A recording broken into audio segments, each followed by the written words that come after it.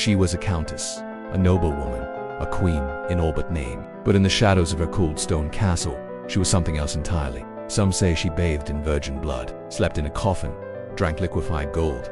Her name, Elizabeth. This is the horrifying, twisted tale of the woman known as the Blood Countess. Born in 1560 into one of the most powerful noble families in Hungary, Elizabeth had everything: wealth, status, education, and influence. She could speak multiple languages, studied science and politics, and was married into an even more powerful family at the age of 15.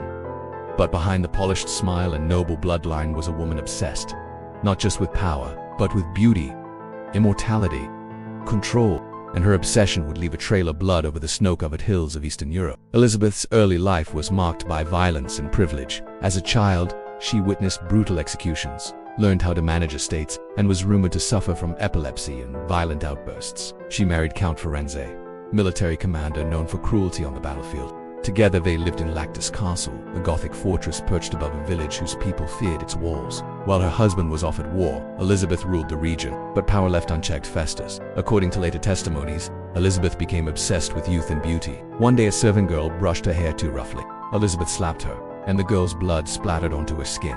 Elizabeth claimed her skin looked smoother, brighter, younger. From that moment, the legend says, she began to bathe in blood.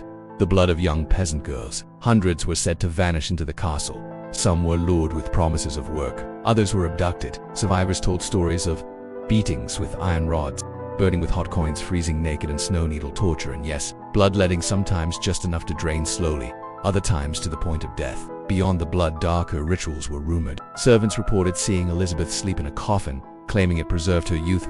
Others said she consumed powdered gold or drank gold-infused tonics, a practice actually believed by some European nobles to extend life or protect against poison. She mixed superstition, alchemy, and aristocratic arrogance into a twisted pursuit of immortality. Whether these acts were real or exaggerated, they reveal how deeply obsessed she was, or at least how obsessed people believed she was.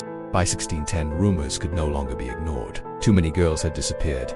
Too many noble families were whispering. King Matthias II ordered an investigation, led by Georgi the Palatine of Hungary. What they found inside Lactus Castle was horrifying. According to reports, one girl was found barely alive. Several mutilated bodies were hidden around the castle. A diary allegedly listed 650 names of victims. Elizabeth was arrested, though not publicly tried. Her nobility protected her from execution. Elizabeth's accomplices, for loyal servants, were tried, tortured, and executed. She, however, was bricked up inside a set of rooms in her own castle. Only a small slit for food remained. She spent the last 4 years of her life in darkness and silence. In 1614, at age 54, she died alone in her makeshift tomb. Some say she left behind curses. Others believe her ghost still walks the halls. So, was she the most prolific female serial killer in history, or the target of a political setup? Modern historians are divided. Some believe she truly did murder dozens, even hundreds, and her crimes were enabled by her power. Others argue that her trial was a politically motivated takedown, engineered to strip her of land and influence. The only certainty, her legend endured. Books, plays, films, even Dracula's myth owes something to Elizabeth. The story of Elizabeth blurs the line between history and horror. A brilliant noblewoman, a bloodthirsty killer, a scapegoat. Maybe she was all three, but one thing is certain.